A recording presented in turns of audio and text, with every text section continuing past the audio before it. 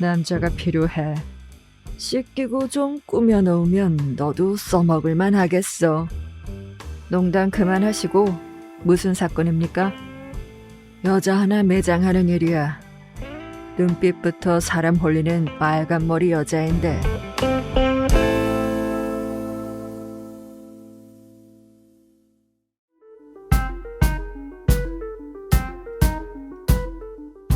오늘은 하드보일드 추리소설의 전설, 챈들러의 대표 단편 골칫거리 사건으로 먹고 산다를 들고 왔어요.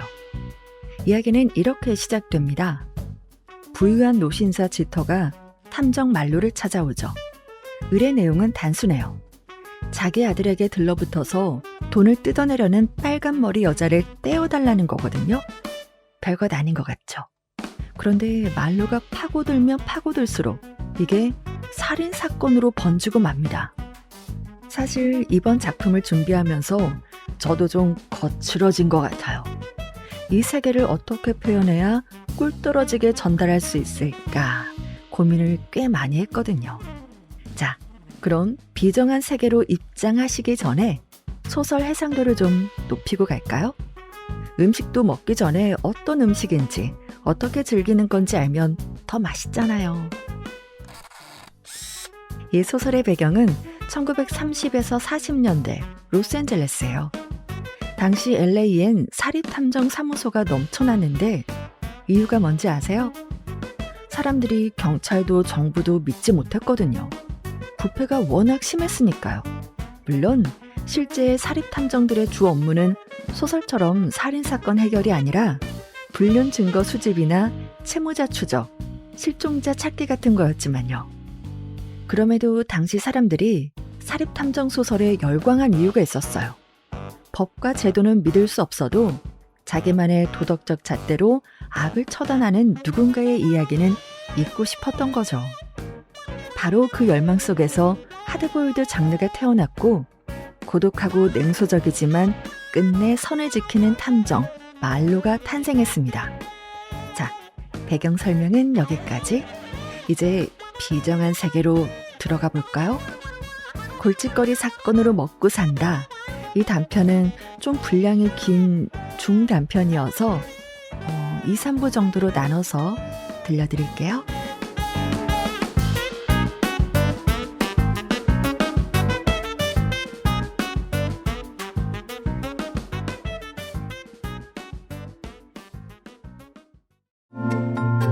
이 책 들어봤니?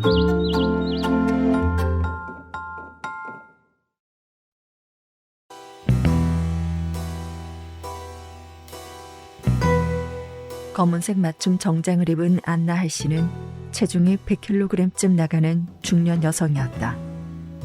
차력으로 대충 뭉쳐놓은 것 같은 그녀의 얼굴에는 세월의 흔적이 덕지덕지 붙어 있었는데 구두 단추처럼 번뜩이는 검은 눈동자 아래로 소기름처럼 허옇고 매끄러운 뺨이 늘어져 있었다. 나폴레옹의 무덤을 떠올리게 하는 어두운 유리 책상 뒤에 앉은 그녀는 우산만큼이나 긴 검은색 홀더에 담배를 끼워 피우고 있었다. 그녀가 말했다. 남자가 필요해. 나는 그녀가 담뱃재를 터는 모습을 가만히 지켜보았다. 열린 창문에서 불어온 바람에 제 부스러기들이 사방으로 흩어져 굴러다녔다. 여자를 꼬실 만큼 잘생겨야 하지만 굴착기랑 맞붙어도 밀리지 않을 만큼 거칠어야 해. 바에 죽치고 앉은 건달처럼 노닥거리다가도 브라드 앨런보다 재치 있게 대꾸할 줄 알아야 하고 맥주 트럭에 머리를 치고도 어느 무용수가 빵으로 장난친 줄 알 정도로 맛집이 있어야 하지. 식은 죽 먹기네요. 내가 말했다.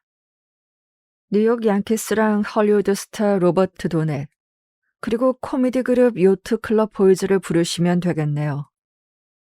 씻기고 좀 꾸며놓으면 너도 써먹을만 하겠어. 안나가 말했다. 일당 $20의 경비는 별도야. 사람 소개하는 건 몇 년 만인데 이 일은 내 분야가 아니라서 말이야. 난 이 바닥에서도 머리 쓰는 안전한 일만 하지. 엉덩이 걷어차이는 일은 하지 않거든. 일단 글래디스가 널 어떻게 생각하는지 한번 보자고. 그녀는 담배 홀더를 뒤집어 잡더니 크고 검은 크롬 장식 호출기 버튼을 눌렀다. 와서 안나, 제 털이 좀 비워줘야겠는데. 우리는 기다렸다.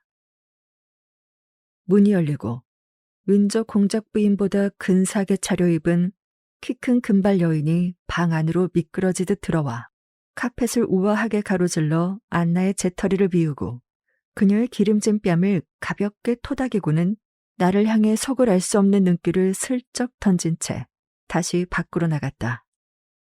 문이 닫히자 안나가 말했다. 방금 저의 얼굴이 빨개진 것 같은데 너 아직 죽지 않았구나. 얼굴이 빨개지긴요. 그럼 전 헐리우드 영화 제작자 데리 제너기랑 저녁 식사라도 하러 가야겠네요. 내가 대꾸했다. 농담 그만하시고 무슨 사건입니까? 여자 하나 매장하는 일이야. 눈빛부터 사람 홀리는 빨간 머리 여자인데 도박꾼 밑에서 바람잡이 노릇을 하다가 이번에 어느 부잣집 도련님한테 마술을 뻗친 모양이야. 그 여자한테 내가 뭘 하면 되죠? 안나가 한숨을 쉬었다. 그래, 내가 생각해도 좀 치사한 일이야. 만약 그 애한테 전과가 있다면 그걸 파헤쳐서 들이밀어. 전과가 없다면 번듯한 집안 출신이라 아마 없겠지만 그 다음부턴 네가 알아서 해. 가끔 기발한 수작 잘 부리잖아. 안 그래? 마지막으로 머리를 굴려본 게 언제였는지 기억도 안 나네요. 그래서 도박꾼은 누구고 부잣집 도련님은 누군데요? 마티 에스텔. 나는 의자에서 일어나려다가 지난 한 달간 벌이가 없어 주머니가 텅 비었다는 사실을 떠올렸다. 나는 다시 자리에 앉았다. 골치 아픈 일이 터질 수도 있다는 건 알지? 안나가 말했다. 대낮에 광장에서 사람을 죽일 위인은 아니지만 그렇다고 공짜 쿠폰이나 모으면서 노닥거리는 놈도 아니거든. 골칫거리를 해결하는 게 제 일이죠. 내가 말했다. 일당 25달러에 사건을 해결하면 250달러 보장해 주세요. 나도 남는 게 좀 있어야지. 안나가 징징거렸다. 좋습니다. 헐값에 부려먹을 놈들이야 사방에 널렸으니까요. 건강해 보이셔서 좋네요. 잘 있어요, 안나. 이번에는 정말로 일어섰다. 내 목숨값이 얼마 안 되지만 그 정도 가치는 있었다.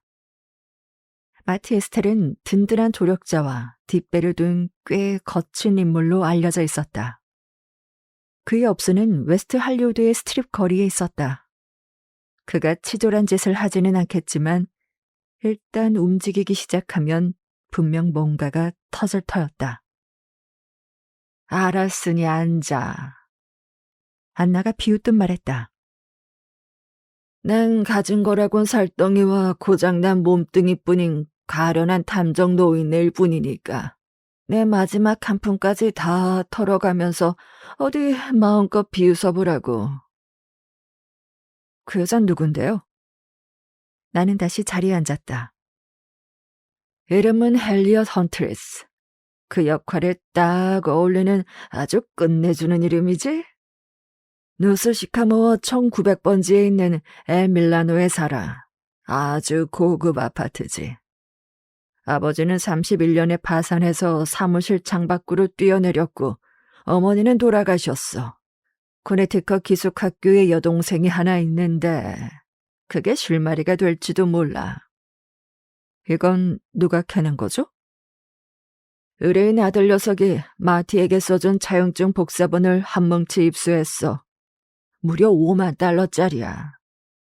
그 집 영감이 입양한 아들놈인데 애들이 다 그렇듯 차용증이 가짜라고 잡아뗐어. 그래서 의뢰인이 아보가스트라는 작자한테 복사본 감정을 맡겼지. 그런 쪽으로 실력 좀 있다고 자부하는 놈이야. 그자가 진짜라고 확인해주고 조사도 좀 하긴 했는데 나처럼 살이 너무 쪄서 발로 뛰는 일은 젬병이라 지금은 손을 뗐어. 그자를 만나서 얘기해 볼 수 있을까요? 왜 안 되겠어? 안나가 여러 겹의 턱을 끄덕였다. 의뢰인 이름은요? 얘야, 횡재한 줄 알아라. 지금 그분을 만나게 될 테니까. 그녀가 다시 호출기 버튼을 눌렀다. 얘야, 지터씨 들어오라고 해라. 글래디스 말인데요. 내가 말했다. 만나는 사람 있어요? 글래디스는 건드리지 마. 안나가 나를 향해 비명에 가까운 소리를 질렀다. 그 애가 이혼 소송건으로 나한테 벌어다 주는 돈만 1년에 $18,000야. 필린 말로 누구든 그 애한테 손가락 하나라도 댔다간 그날이 재산날인 줄 알아. 그녀도 언젠가는 누구에게 빠지겠죠. 내가 대꾸했다.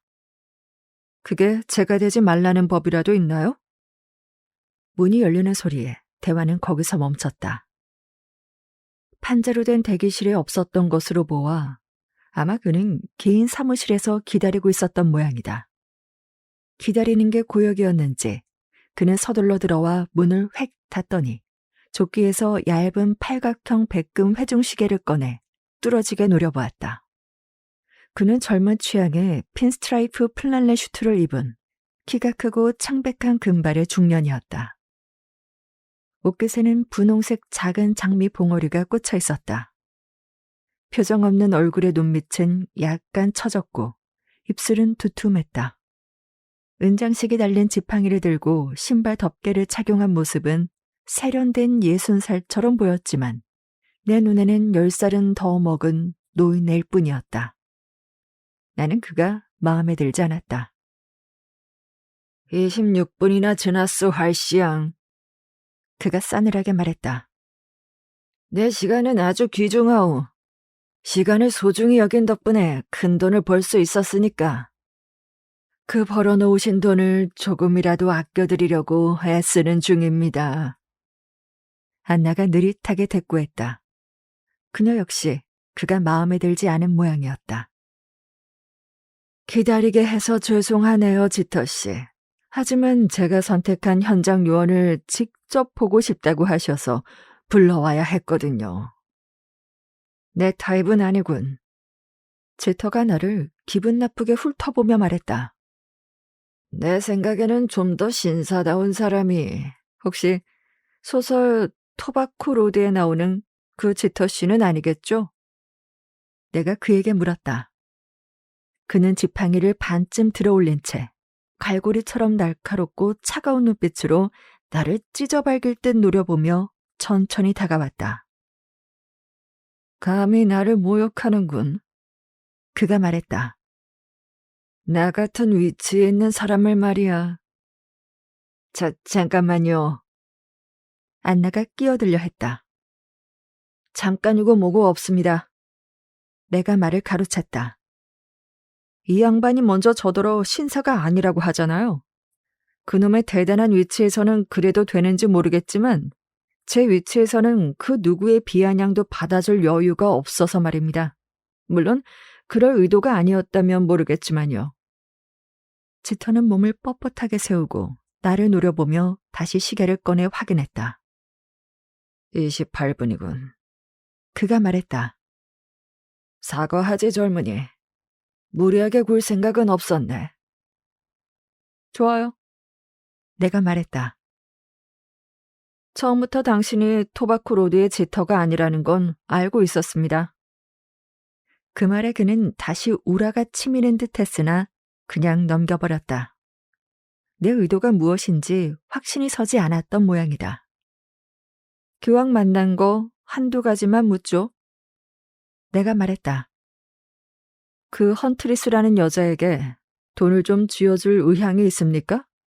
일종의 거마비조로 말입니다. 한 푼도 안 돼. 그가 거칠게 내뱉었다. 내가 왜 그래야 하지? 보통 그런 게 관례라서 말입니다. 만약 그녀가 아드님과 결혼까지 하게 된다면 아드님이 가진 게 있습니까? 지금은 내 전처이자 녀석의 모친이 설정해둔 신탁 자금에서 매달 1,000달러씩 받고 있지. 그는 고개를 살짝 숙였다. 녀석이 28살이 되면 차고 넘칠 만큼의 돈을 갖게 될 거고. 여자가 욕심을 낼 만도 하군요. 내가 말했다. 요즘 세상에 다 그렇지 않습니까? 그건 그렇고 마티 에스텔은 어쩌실 겁니까? 합의할 생각은 있으신지. 그는 노란색 핏줄이 선 손으로 회색 장갑을 구겨쥐었다. 그 빚은 못 받아. 도박 빚일 뿐이니까. 안나는 피곤한 듯 한숨을 내쉬며 책상 여기저기에 담뱃재를 털어댔다.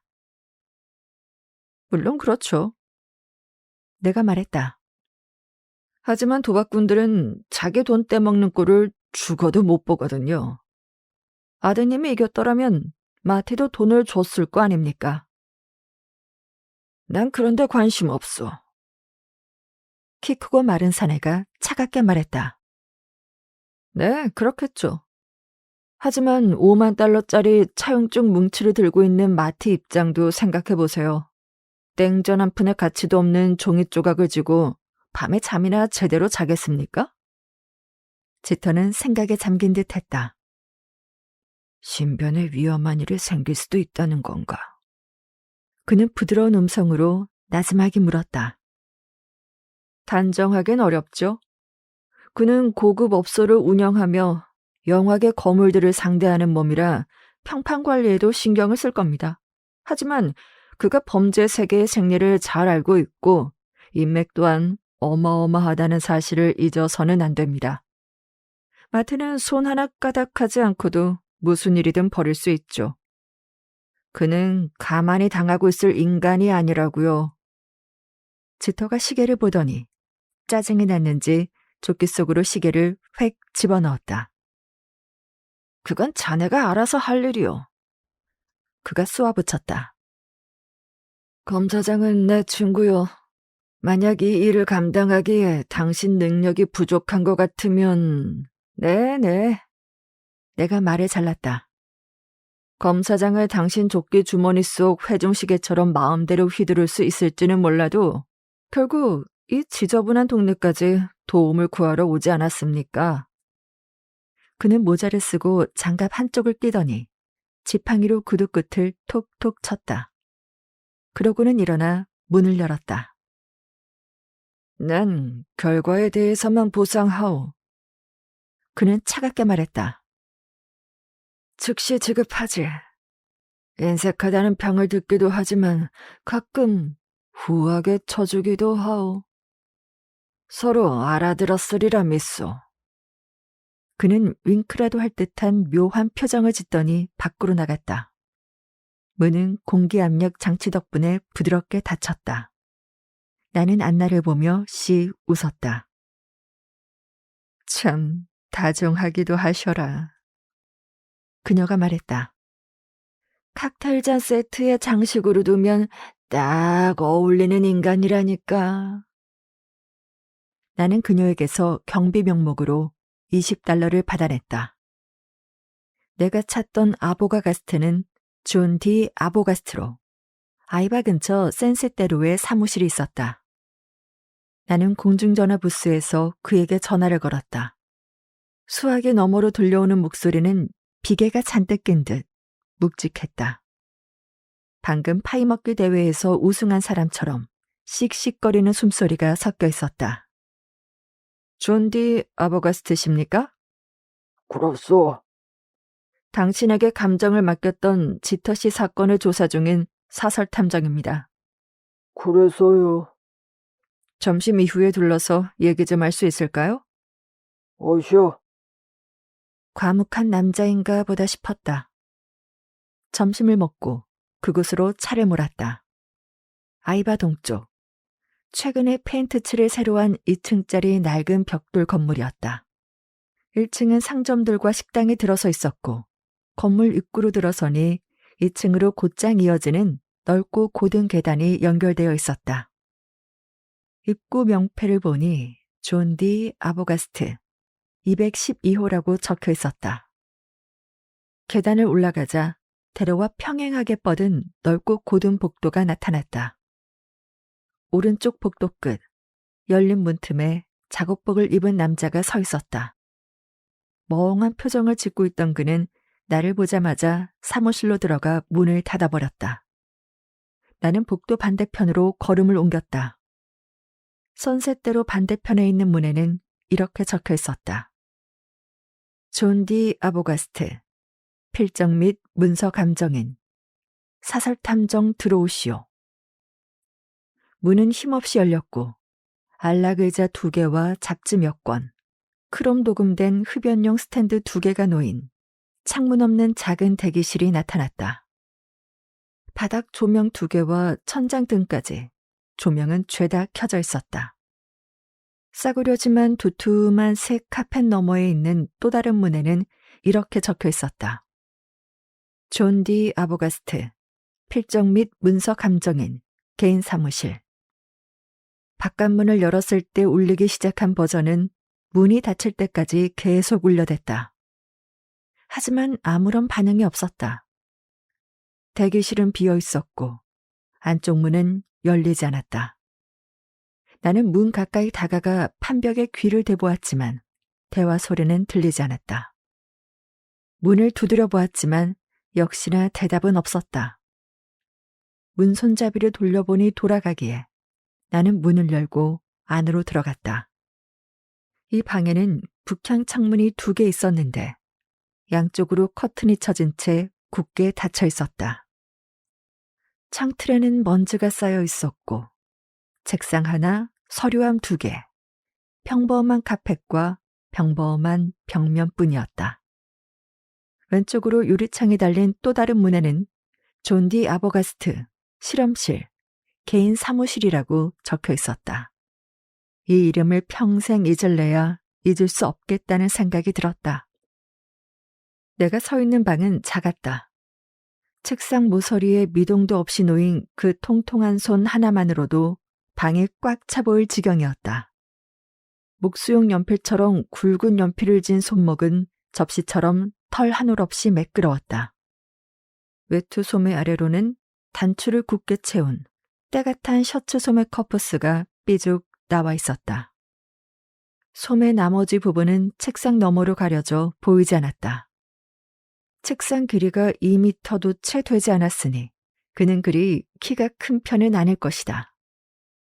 내가 서 있는 곳에서 보이는 것이라곤 그 손과 소매 끝자락뿐이었다. 나는 조용히 대기실로 돌아가 바깥에서 문을 열 수 없도록 잠그고 전등 3개를 전부 껐다. 그러고는 다시 개인 사무실로 돌아와 책상 모퉁이로 다가갔다. 그는 뚱뚱했다. 말도 안 되게 뚱뚱했다. 안나 홀씨보다 훨씬 더 뚱뚱했는데 보이는 얼굴 크기는 농구공만 했다. 숨이 끊어졌지만 지금도 얼굴은 기이할 정도로 생기 있는 분홍빛에 감돌았다. 그는 바닥에 무릎을 꿇은 채 커다란 머리를 책상 아래 다리가 들어가는 공간에 날카로운 안쪽 모서리에 처박은 채였다. 왼손은 바닥을 짚고 있었는데 그 아래에는 노란 종이 한 장이 깔려 있었다. 두꺼운 손가락은 터질 듯이 벌어져 있었고 그 사이로 노란 종이가 보였다. 그는 바닥을 세게 밀고 있는 것처럼 보였지만 사실 그를 지탱하고 있는 건 그의 살덩이였다. 몸은 거대한 허벅지 위로 접혀 있었고 그 두께와 살집 덕분에 그는 무릎을 꿇은 채 단단히 고정된 자세를 유지하고 있었다. 건장한 미식축구 선수 2명이 달려들어야 겨우 그를 쓰러뜨릴 수 있을 것 같았다. 이런 상황에서 떠올리기엔 참으로 부적절하지만 어쨌든 그런 생각이 들었다. 그리 더운 날씨도 아니건만 나는 어느새 축축해진 뒷덜미를 닦아냈다. 짧게 깎은 회색 머리 아래로 아코디언 주름처럼 겹겹이 접힌 목살이 보였다. 거대한 체구들이 그렇듯 발은 작았으며 광택이 도는 검은 구두를 신고 있었다. 카펫 위에 옆으로 비스듬히 놓인 두 발은 가지런히 모여 있어 더 혐오스러웠다. 때가 잔뜩 묻은 어두운 정장은 세탁에 절실해 보였다. 나는 몸을 숙여 끝도 없이 늘어진 그의 목살에 손가락을 찔러 넣어 보았다. 어딘가에 동맥이 있긴 하겠지만 찾을 수도 없을 뿐더러 어차피 그에겐 이제 동맥 따위는 필요 없었다. 카펫 위, 부어오른 그의 무릎 사이로 검은 얼룩이 번져나가고 있었다. 나는 반대편에 무릎을 꿇고 노란 종이를 누르고 있던 통통한 손가락들을 들어 올렸다. 감촉은 서늘했지만 차가울 정도는 아니었고 말랑하면서도 약간 끈적였다. 그 종이는 메모지에서 뜯어낸 것이었다. 뭐라도 메시지가 적혀 있다면 참 좋았겠지만 아무것도 없었다.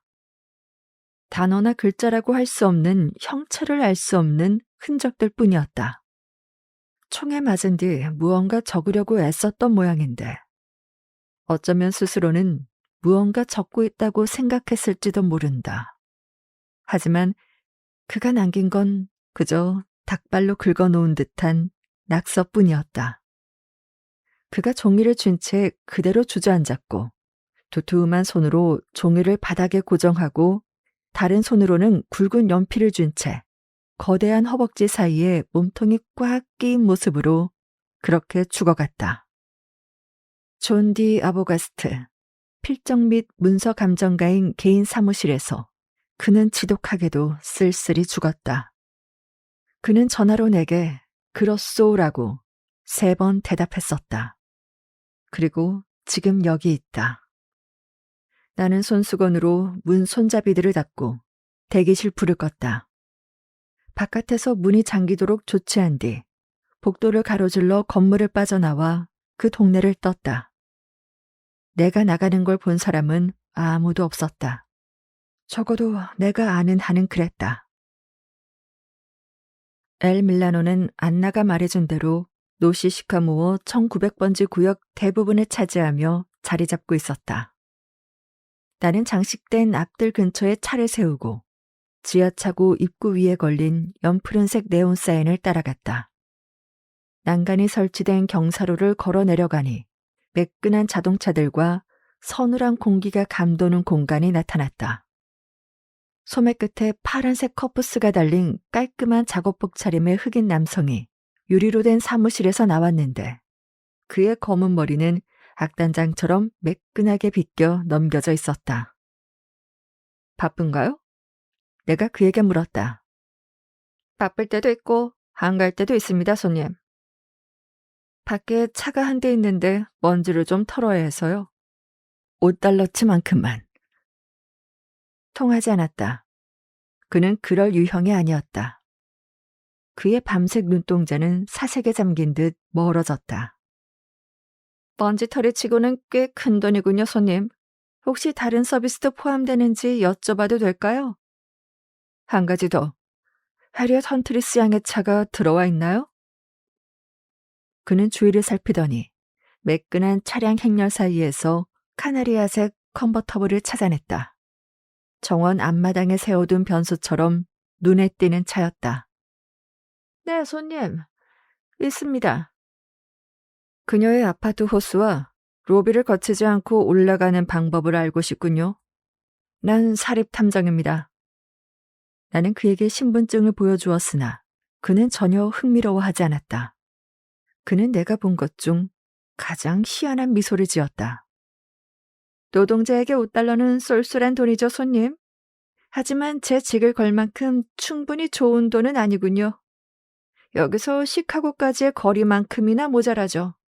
그 $5는 아껴두셨다가 정식으로 절차를 밟아 들어가시는 게 좋겠습니다. 제법이군. 내가 말했다. 커서 뭐가 되려고 그러쇼? 위인전에 나오는 성인 군자라도 될 작정인가? 이미 다 컸습니다, 손님.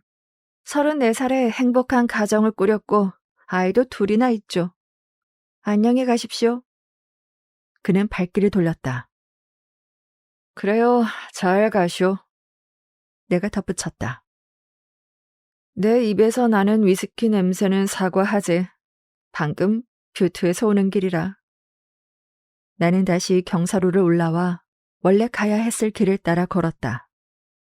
엘 밀라노 같은 곳에서 고작 $5와 신분증 따위로 통할 리 없다는 걸 진작 알아야 했다. 그 흑인 직원은 아마 지금쯤 사무실에 전화를 걸어 보고를 하고 있을 터였다. 무어 스타일의 거대한 흰색 스터코 건축 앞마당에는 커다란 격자무늬 랜턴과 거대한 대추 야자 나무들이 버티고 있었다. 입구는 L자형 건물의 안쪽 모서리에 있었는데 대리석 계단을 올라가 캘리포니아식 혹은 설거지통 접시 같은 모자이크가 박힌 아치를 통과해야 했다. 도어맨이 문을 열어주어 안으로 들어갔다. 로비는 양키 스타디움만큼이나 광활했다. 바닥에는 스펀지 고무를 덧댄 연푸른색 카펫이 깔려 있었는데 어찌나 푹신한지 그 자리에 누워 뒹굴고 싶을 정도였다. 나는 카펫을 헤치고 안내 데스크로 걸어가 팔꿈치를 올렸다. 그러자 손톱 밑에 낀 때처럼 가느다란 콧수염을 기른 마른 체구에 창백한 직원이 나를 빤히 쳐다보았다. 그는 콧수염을 만지작거리며 내 어깨 너머 호랑이 한 마리쯤은 거뜬히 들어갈 법한 거대한 알리바바식 항아리를 응시했다. 헌트리스 양 계십니까? 누구시라고 전해드릴까요?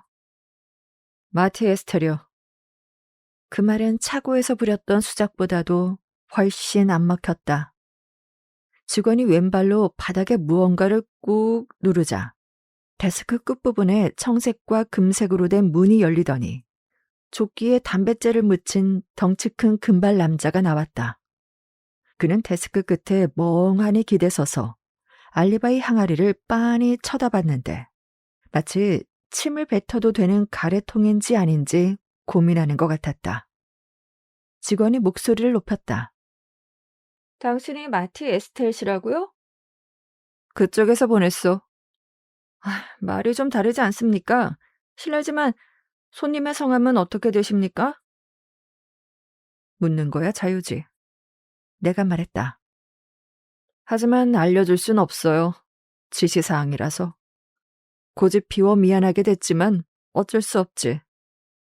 그는 내 태도가 마음에 들지 않는 모양이었다. 나에 관한 건 하나부터 10까지 다 싫은 기색이었다. 그렇다면 안내해 드릴 수 없습니다. 그가 냉정하게 말했다. 허키슨 씨, 이 문제를 어떻게 해결하면 좋을까요? 금발의 사내는 항아리에서 눈을 떼고는 데스크를 따라 미끄러지듯 다가와 나를 단숨에 때려 눕힐 수 있는 거리까지 붙었다. 무슨 일이죠, 그레고리 씨? 그가 하품하며 물었다. 둘 다 여시나 드시지. 내가 말했다. 당신들 애인도 포함해서 말이야. 호킨스가 씩 웃었다. 이리 들어와봐, 친구. 제대로 정리해 줄 테니까. 나는 그가 나왔던 개구멍 같은 방으로 따라 들어갔다. 그곳은 작은 책상 하나와 의자 2개, 무릎 높이의 가래통, 그리고 뚜껑이 열린 시가 한 상자가 들어가면 꽉 찰 만한 크기였다. 그는 책상에 엉덩이를 걸치고 앉아 나를 향해 친근하게 웃어 보였다. 난 여기 보안 책임자야. 그러니 용건이 뭔지 털어놔 보라고. 어떤 날은 매끄럽게 수작을 부리고 싶다가도 내가 말했다. 또 어떤 날은 와플 굽는 판처럼 거칠게 밀어붙이고 싶기도 하거든. 나는 지갑을 꺼내 탐정 배지와 면허증 사본을 보여주었다. 업계 동료였군 그래. 그가 고개를 끄덕였다. 진작 나를 찾았어야지. 물론이지. 당신 같은 사람이 여기 있는 줄 알았더라면 말이야. 여기 사는 헌트리스라는 여자를 좀 만나야겠어. 그녀는 날 잘 모르지만 볼 일이 좀 있거든. 소란 피울 일은 아니니까 걱정하지 말고. 그는 옆으로 한 걸음 반 정도 움직이더니 입에 문 시가를 반대쪽 입가로 옮겨 물었다. 그러고는 내 오른쪽 눈썹을 빤히 쳐다보았다. 속셈이 뭐야? 왜 아래층 녀석을 구슬려 들어가려고 한 거지? 경비를 좀 두둑히 챙겨받았나? 그럴지도. 난 좋은 사람이지만 그가 말했다. 손님을 보호해야 할 의무가 있어서 말이야. 시가가 거의 바닥났군. 상자에 가득 담긴 시가를 훑어보며 내가 말했다. 나는 시가 2대를 집어들어 냄새를 맡고는 그 아래에 10달러짜리 지폐 한 장을 집어넣고 다시 시가를 내려놓았다. 귀엽군. 그가 말했다. 자네랑 나 제법 잘 통하겠어. 어떻게 도와줄까? 마트 에스텔이 보냈다고 전해줘요. 그럼 만날 테니. 일이 잘못되면 내 모가지가 날아갈 텐데. 그럴 일 없을 거요. 내 뒤엔 쟁쟁한 거물들이 있거든. 내가 다시 10달러를 집어가려는 신용을 하자 그는 내 손을 밀쳐냈다. 한번 믿어보지. 그가 말했다. 그는 전화기를 집어들어 814호실을 연결하더니 콧노래를 흥얼거리기 시작했다. 그 소리는 꼭 병든 소가 우는 소리 같았다. 그러다 갑자기 몸을 앞으로 숙이며 얼굴 가득 가식적인 미소를 짓더니 꿀이 뚝뚝 떨어질 듯한 간드러진 목소리로 속삭였다. 헌트리스요? 아, 접니다. 보안요원 호킨스요. 호킨스. 네, 호킨스. 아, 그럼요. 워낙 많은 사람들을 만나시니 기억하시기 힘들겠죠, 헌트리스 양. 아, 다름이 아니라 제 사무실에 신사 한 분이 와 계시는데 에스텔 씨의 메시지를 전하러 오셨다더군요. 이름을 밝히지 않으셔서 헌트리스 양 허락 없이는 올려보낼 수가 없어서요. 예, 호킨스입니다. 여기 아파트 관리인이요. 네, 헌트리스 양과 개인적으로 아는 사이는 아니라고 하지만 제가 보기엔 괜찮은 사람 같습니다만. 아, 좋아요. 정말 감사합니다, 헌트리스 양. 바로 올려보내겠습니다. 그는 수화기를 내려놓고는 부드럽게 쓰다듬었다. 배경음악만 좀 깔렸으면 완벽했을 텐데요. 내가 한마디 던졌다. 올라가 봐. 그가 꿈꾸는 듯한 말투로 말했다. 그는 멍한 표정으로 시가 상자에 손을 뻗어 접힌 지폐를 꺼냈다. 정말 끝내주는 여자야. 그가 나지막이 읊조렸다. 그 여자 생각만 하면 밖으로 나가 동네 한 바퀴 돌아야 한다니까. 자, 가자고. 우리는 다시 로비로 나갔고 호킨스는 나를 엘리베이터로 내려가 타라는 신호를 보냈다. 엘리베이터 문이 닫힐 때 보니 그는 정말로 동네 한 바퀴를 돌 생각인지 입구를 향해 걷고 있었다. 엘리베이터 안에는 카펫이 깔려 있었고 거울과 간접 조명이 설치되어 있었다. 엘리베이터는 온도계의 수은주처럼 소리 없이 부드럽게 올라갔다. 문은 속삭이듯 열렸고 나는 복도에 이끼처럼 깔린 카펫을 밟으며 814호 문 앞에 섰다. 옆에 있는 작은 버튼을 누르자 안에서 초인종 소리가 울리더니 문이 열렸다. 그녀는 연녹색 울 소재 드레스를 입고 있었고 귀에 나비 한 마리가 앉은 듯 삐딱하고 앙증맞은 모자를 쓰고 있었다. 멀찍이 떨어진 두 눈 사이에는 지적인 사색이 머물 법한 넉넉한 여백이 있었다. 눈동자는 깊고 진한 푸른색이었고 머리카락은 검붉었는데 잘 정리되어 있었지만 언제든 타오를 준비가 된 위험한 불꽃 같았다. 그녀는 귀엽다고 하기엔 키가 너무 컸다. 화장은 강조해야 할 곳마다 공들인 티가 역력했고 나에게 들이댄 담배는 손가락 길이만큼이나 긴 필터가 달려 있었다. 독해 보이진 않았지만 세상 돌아가는 이치를 훤히 꿰고 있다가 필요한 순간에 써먹을 만한 것들만 골라 기억해두는 영악한 불효처럼 보였다. 그녀가 나를 시큰둥하게 훑어보았다. 그래, 전할 말이 뭐야? 갈색 눈의 신사 양반? 일단 안으로 좀 들어갑시다. 내가 말했다. 서서 얘기하는 건 내 체질이 아니라서. 그녀는 흥미롭다는 듯 코웃음을 쳤고 나는 그녀가 내밀고 있는 담배 끝을 슬쩍 피해 안으로 미끄러져 들어갔다. 방은 길고 폭이 좀 좁았지만 고급 가구와 수많은 창문, 화려한 커튼 등 있어야 할 건 넘쳐날 정도로 갖춰져 있었다. 벽난로 안의 장작이 가림막 뒤에서 활활 타오르고 있었고 그 앞에는 근사한 장미색 소파가 발채는 실크 소재의 동양식 카펫이 깔려 있었다. 소파 옆 이동식 탁자 위에는 스카치 위스키와 탄산수, 얼음 바구니까지 놓여 있어 남자를 편안하게 해줄 모든 준비가 되어 있었다. 한 잔 마셔요. 그녀가 말했다. 손에 잔이라도 쥐고 있어야 입이 떨어질 테니까. 나는 자리에 앉아 스카치에 손을 뻗었고 그녀는 깊숙한 의자에 앉아 다리를 꼬았다. 문득 동네를 한 바퀴 돌고 있을 호킨스가 떠오르며 그의 심정이 조금은 이해가 갔다. 그래서 마티 에스트리 본에서 왔다고요? 그녀가 술을 거절하며 물었다. 만나본 적도 없어. 그럴 줄 알았어.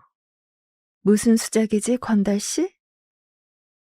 마티가 자기 이름을 팔고 다니는 걸 알면 참 좋아하겠네. 무서워서 신발 속 발가락이 다 떨리는군. 그런데 왜 나를 올라오게 한 거지? 호기심 때문이지. 당신 같은 녀석들이 언제든 올 거라 예상했거든. 난 문제를 피하는 성격이 아니라서 말이야. 형사 같은 거, 맞지?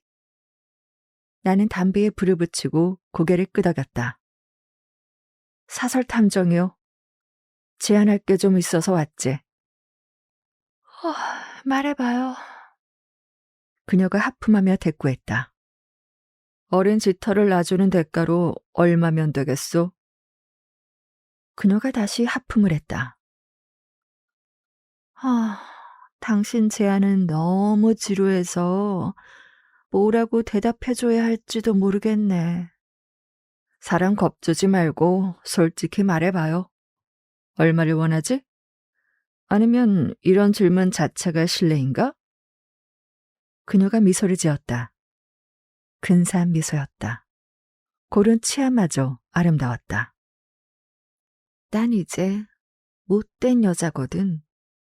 그녀가 말했다. 난 구질구질하게 요구하지 않아. 사람들이 리본까지 예쁘게 묶어서 알아서 가져다 주니까. 그 노인네가 좀 까다로운 양반이라서 영향력이 어마어마하다고 하던데. 영향력 따위. 사실 제일 흔하고 얼마든지 살 수 있는 거잖아? 나는 고개를 끄덕이고는 술을 한 모금 더 들이켰다. 훌륭한 스카치였다. 사실 완벽했다. 그 노인네 생각은 확고해요. 당신에게 한 푼도 줄 수 없다는 거지. 대신 당신을 진흙탕에 쳐박고 아주 곤란한 처지로 몰아넣을 작정이지. 하지만 내 생각은 좀 다르거든. 그 노인네 밑에서 일하는 주제에 말이 많네요. 웃기게 들리겠지. 이 상황을 아주 영리하게 이용할 방법이 있을 텐데 지금 당장은 떠오르질 않는군. 얼마면 되겠어요? 아니, 돈을 받을 생각은 있는 건가? 5만 달러는 어때요? 당신 몫으로만 5만, 마티 몫으로 또 5만? 그녀가 웃음을 터뜨렸다. 어머, 마티는 내가 자기 일에 참견하는 걸 질색해요. 당신도 알 텐데. 내 몫만 얘기한 거예요. 그녀가 다리를 반대 방향으로 꼬았다. 나는 술잔에 얼음 한 덩이를 더 넣었다. 난 500 정도 생각하고 있었는데. 내가 말했다. 500? 그녀가 어리둥절한 표정으로 물었다. $500 말이야. 롤스로이스 500대 말고. 그녀가 호탕하게 웃었다. 당신 정말 웃긴다. 당장 꺼지라고 말해야 하는데 내가 갈색 눈엔 좀 약하거든. 금빛 조각이 총총히 박힌 따뜻한 갈색 눈 말이야. 공연히 힘 빼지 말아요. 난 단돈 5센트도 없으니까. 그녀는 미소를 지으며 입술에 새 담배를 물었다. 내가 불을 붙여주려 다가가자 그녀가 고개를 들어 내 눈을 빤히 바라보았다. 그녀의 눈 속에는 불꽃이 일렁이고 있었다. 어쩌면 난 이미 5센트 정도는 가지고 있는지도 모르지. 그녀가 부드럽게 속삭였다. 그래서 영감이 그 뚱보를 고용한 모양이군. 당신 수작에 넘어가지 않으려고. 나는 다시 자리에 앉았다. 누가 어떤 뚱보를 고용했다는 거예요? 늙은 지터가 아보가스트라는 뚱보를 고용했어요. 나보다 먼저 사건을 맡았던 친구지. 몰랐어요? 그 친구 오늘 오후에 살해당했거든. 충격을 주려고 아주 무심하게 내뱉었지만 그녀는 눈 하나 깜짝하지 않았다. 입가에 걸린 도발적인 미소는 사라지지 않았고 눈빛 하나 흐트러지지 않았다. 그저 나지막이 숨을 내쉬며 작은 소리를 냈을 뿐이다. 그게 나랑 무슨 상관이라도 있어야 하는 건가? 그녀가 조용히 물었다. 모르지. 누가 그를 죽였는지 나도 모르니까. 오늘 정오나 그 직후쯤 자기 사무실에서 당했어요. 지토와는 아무 상관없을지도 모르지. 하지만 타이밍이 기가 막혔거든. 내가 이 일을 맡고 그와 말 한마디 섞어보기도 전에 입을 막아버렸으니까. 그녀가 고개를 끄덕였다. 그렇군. 그래서 마티가 한 짓이라고 생각하는 거군요. 당연히 경찰에 알렸겠죠? 그럴 리가 있나? 그쪽이 좀 불리해지겠는데? 대단한 카드를 그냥 날려버리다니 말이야, 자기. 그래. 그러니 협상부터 합시다. 아주 낮게 부르는 게 좋을 겁니다. 경찰이 나한테 무슨 짓을 하든 그 이야기가 그들 귀에 들어가는 순간 마티 에스탈과 당신은 훨씬 더 험한 꼴을 당하게 될 테니까. 물론 그들이 알게 됐을 때 얘기지만. 협박이라도 하시겠다? 그녀가 차갑게 말했다. 좋아. 하지만 선을 넘지 않는 게 좋을 거예요, 갈색 눈동자 씨. 그건 그렇고 당신 이름이 뭐예요? 필립 말로. 그럼 잘 들어, 필립. 나도 한때는 사육의 명부에 이름이 올랐던 사람이야. 집안도 좋았지. 그런데 지터 영감이 우리 아버지를 끝장냈어. 그런 부류의 인간들이 남을 망가뜨릴 때 흔히 쓰는 방식 있잖아. 아주 합법적이고 정당한 방식을 동원해서 말이야. 결국 아버지는 자살했고 어머니도 돌아가셨어. 동부에서 학교에 다니는 어린 여동생이 하나 있어. 그 애를 보살피는 데 드는 돈이라면 난 그다지 결벽을 떨고 싶지 않거든. 그리고 조만간 지터 영감에게도 빚을 갚아줄 생각이야. 그 집 아들과 결혼해서라도 말이지. 친아들이 아니라 입양된 아들이야. 내가 말했다. 피 한 방울 안 섞였지. 상관없어. 그 노인네에겐 똑같이 고통스러울 거야, 자기. 게다가 그 애는 몇 년만 지나면 그 시퍼런 돈뭉치를 잔뜩 거머쥐게 될 테고. 술을 좀 과하게 마시긴 해도 나쁘지 않은 조건이지. 그의 앞에서도 그런 말이 나올지 궁금하군요, 부인. 그래. 그럼 뒤나 한번 돌아보시지, 탐정나리. 귀에 박힌 먼지 좀 파내야겠어. 나는 일어나 재빨리 몸을 돌렸다. 그는 불과 대여섯 발자국쯤 떨어진 곳에 서 있었다. 어디선가 문을 열고 나와 카페 뒤를 살금살금 가로질러 온 모양인데 나는 실속 없는 잔머리를 굴리는데 정신이 팔려 인기척을 놓친 것이다. 녀석은 덩치가 큰 금발이었는데 거친 질감의 스포티한 슈트 차림에 목도리를 풀어 헤치고 있었다. 얼굴은 벌겋고 눈동자가 번들거렸지만 초점은 엉망이었다. 한 장 걸치기엔 좀 이른 시간인데도 놈은 이미 취해 있었다. 걸어 나갈 수 있을 때 꺼져. 그가 나를 비웃으며 말했다. 다 들었어. 해리가 날 어떻게 생각하든 상관없어. 난 오히려 그게 좋거든. 네 이빨을 목구멍에 쳐박아 버리기 전에 당장 꺼져. 등 뒤에서 들려오는 여자의 웃음소리가 거슬렸다. 내가 덩치 큰 금발 녀석을 향해 한 걸음 다가가자 그의 눈이 움찔거렸다. 덩치는 컸지만 한 주먹거리도 안 되는 풋내기였다. 박살을 내버려요, 자기. 여자가 뒤에서 차갑게 말했다. 난 이렇게 센 척하는 인간들이 무릎 꿇는 꼴을 보는 게 너무 좋아. 나는 능글맞게 웃으며 그녀를 힐끔 돌아보았는데 그게 실수였다. 놈은 취했어도 가만히 서 있는 벽 정도는 때릴 줄 알았다. 내가 어깨 너머로 시선을 돌린 찰나 놈의 주먹이 날아왔다. 그런 식으로 얻어맞으면 꽤 아프다. 놈은 턱뼈 끝을 아주 제대로 후려쳤다. 나는 옆으로 고꾸라지며 다리를 뻗어 버텨보려 했지만 실크 카펫 위에 미끄러지고 말았다. 어디론가 처박혔는데 내 머리는 내가 들이받은 가구보다 단단하지 못했다. 잠시 시야가 흐릿해진 순간 승리감에 취해 나를 내려다보며 비웃는 놈의 붉은 얼굴이 보였다. 그 와중에도 나는 놈이 조금 불쌍하다는 생각이 들었던 것 같다. 이내 어둠이 밀려왔고 나는 의식을 잃었다.